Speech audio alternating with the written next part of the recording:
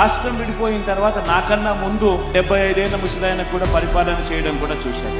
ఇంత చిన్నోడు చేసిన పనులు ఇదే ఒక గ్రామంలోనే 14 ఏళ్ళు ముఖ్యమంత్రిగా ఎక్స్పీరియన్స్ ఉన్నోళ్ళు లేకపోతే అయినా చేశారా అని అడుగుతా ఉన్నా మీ అందరితో కూడా.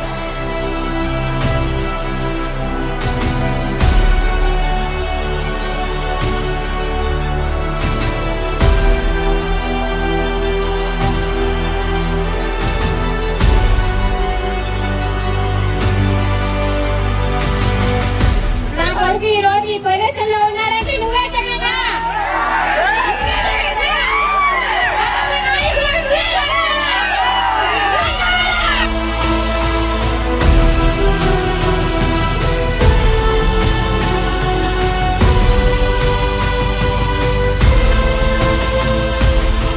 అవతలి పక్షంలో తోడేళ్లుగా మోసగాళ్లగా కుతంత్రాలు చేస్తా ఉన్నారు, కుట్రలు చేస్తా ఉన్నారు.